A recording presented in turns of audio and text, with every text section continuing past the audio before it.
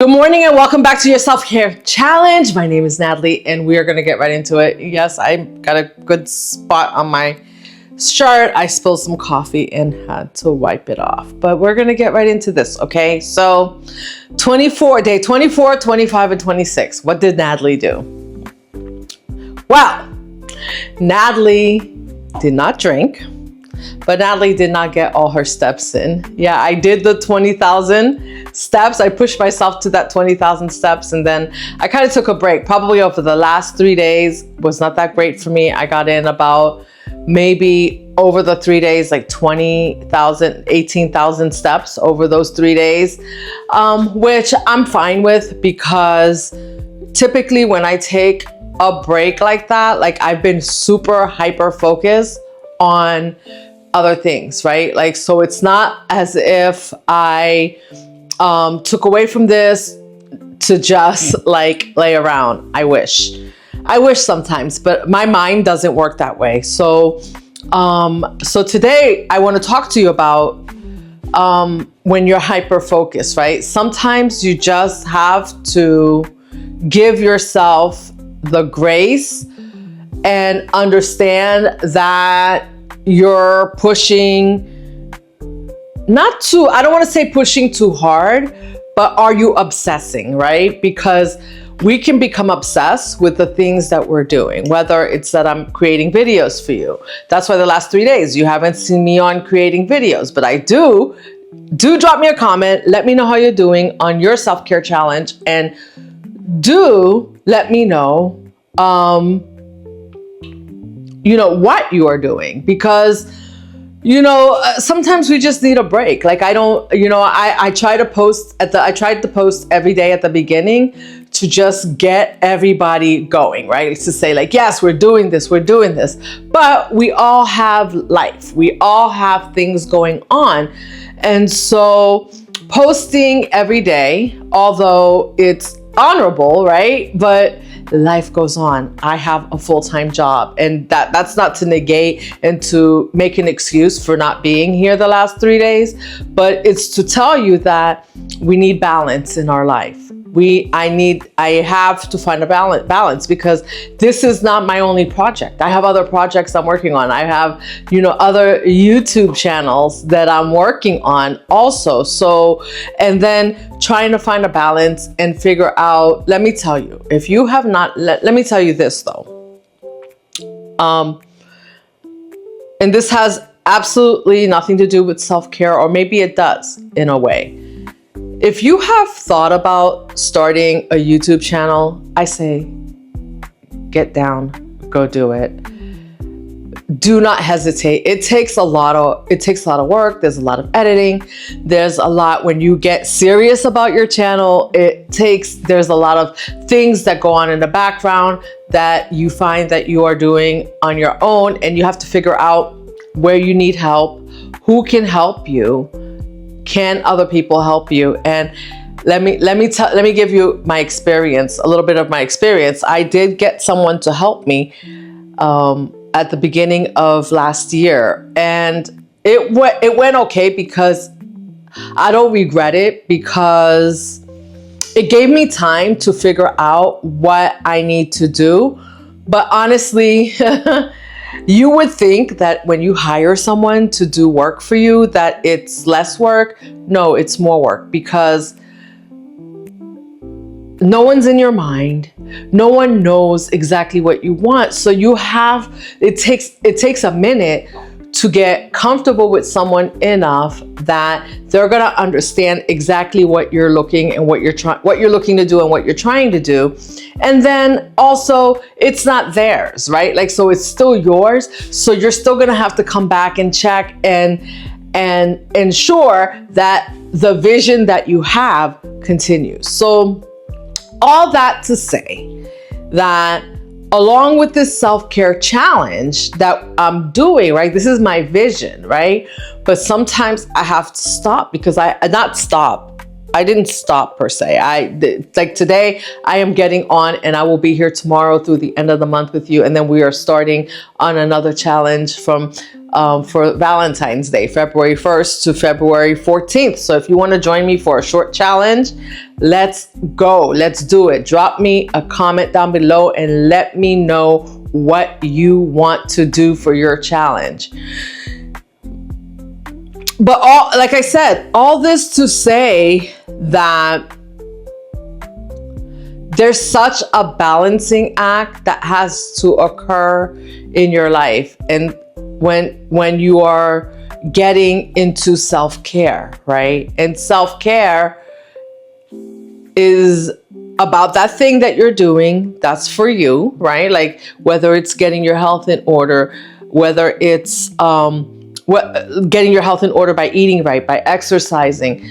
You know, we have, let's say you have a family function, you're going to have to go, you're going to want to enjoy that, right?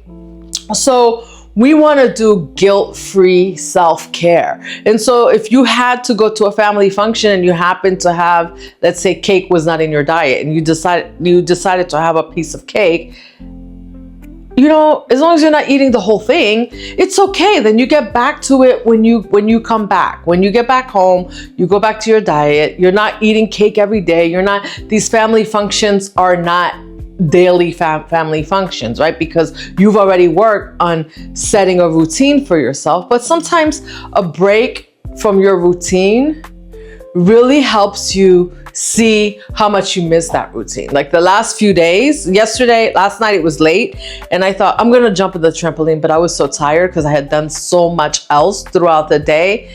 And I thought, no, I'm gonna get up first thing in the morning and we're gonna go at it. So I'm gonna come talk to you, let you know what's going on with me, and then I'm gonna go at it for the day. And that's okay. That's okay.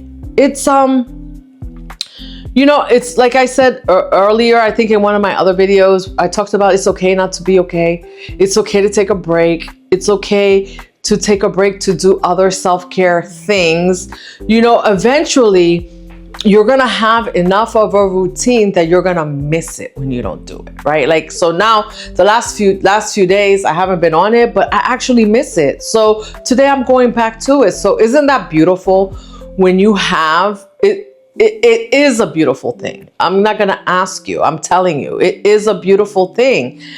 And I think if you agree, let me know. But I think it's a beautiful thing when you have a self-care routine that you've built up, that when you don't do it, you miss it. When you don't, you know, if it's a regular diet that you have and you go off that diet and you go for a few days, like you've done 30 days, no junk food, and then you eat junk food and then you realize how crappy your body feels. You know, like the awareness of how crappy your body feels will make you want to go back to what you're doing, what you were doing before, right? And you're like, oh, I don't need any more of that. I need to go back. So that's all part of the journey of self-care. You know, if that makes sense. And I hope that you're joining me on this journey. I will continue on my journey throughout this year. You know, I have different goals for myself, from, you know, a certain amount of weight that I want to lose to amount of toning that I want to do. And I know those will not be your goals, right? But as long as we have self-care goals, as long as we have goals for ourselves throughout the year, we are in a good place. I'm going to share this with you because I have another channel that I post on, and I may make a video on this channel about it. I don't know yet, but I was looking at, I belong to different groups, and where, you know, women our age come in, and, you know, 40 and above, they come in and they talk about what's going on in their life. And, you know, I see a lot of women talking about how they don't know what they're going to do. You know, their relationship is breaking up. They're in their 40s, their 50s. They're breaking up. They're getting divorced, and they're afraid of being alone, right?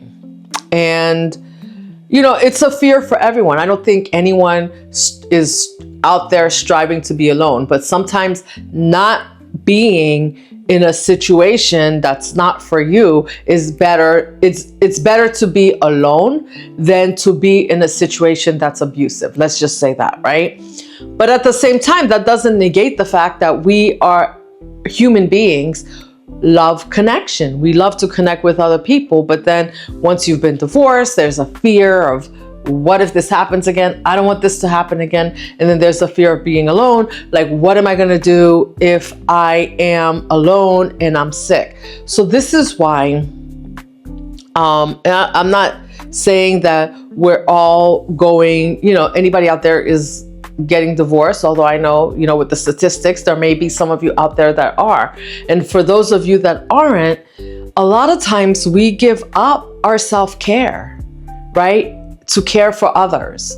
And then when something like this happens, where there's a divorce, where you are, you find yourself, you're getting separated, and then you're going to have to go live on your own. You don't even know how to take care of yourself because all your whole life has been about taking care of somebody else. And so that's why I think it's important within a relationship to find, when you're in a relationship with someone, to find that time. Because what if that person does get up and say, like, you know what, they don't want to be with you anymore? Heaven forbid, right? I'm not wishing that out there on anybody, but with the statistics out there, we know it happens. So, you're in your 50s, you've not been taking care of yourself, you feel like crap, you're ill, maybe you're getting sick, and then now your spouse is leaving you. Whether you're a man or a woman, it doesn't matter. Taking care of yourself within the relationship, first of all, helps your relationship flourish and stay in a more harmonious place when both partners are taking care of themselves.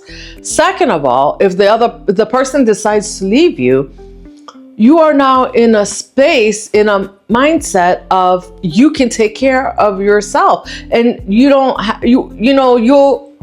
you'll be able to better figure out how you're going to manage, because there's different ways. If you don't have someone with you, you can set up a system where you have friends that check up on you and things like that. And I know we don't want to be alone, but the truth of the matter is that we come into this world alone and we leave this world alone. Like, we don't go out with anyone. No one, unless, there's a freak accident or something, you don't go to funerals where there's like everybody went together. No, when it's your time, it's your time. When it's someone else's time, it's someone else's time. So, at some point,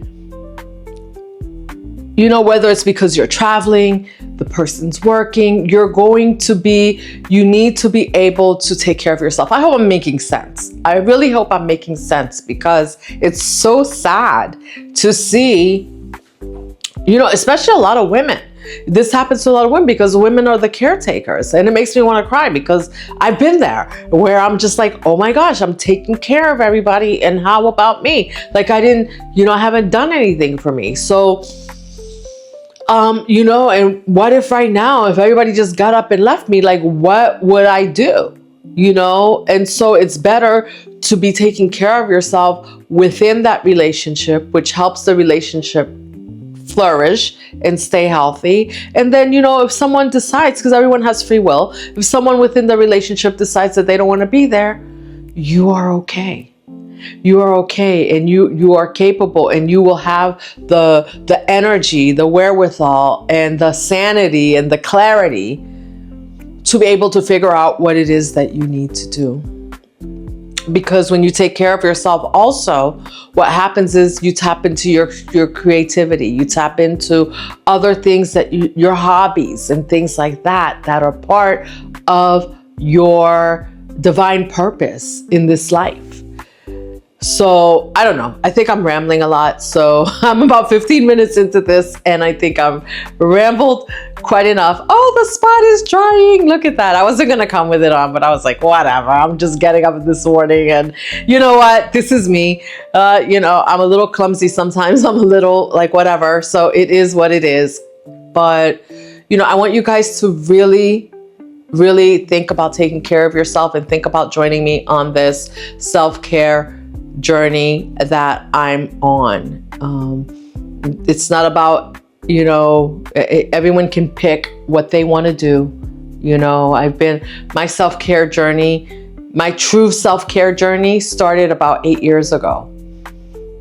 But self-care is a continuous process. And you find that it becomes more and more exciting the more and more you do it, because you find more and more things that you want to do to take care of yourself. And when you do that, you find more and more ways that you can help the people around you, whether it's your kids, your husband, or whoever, take care of themselves.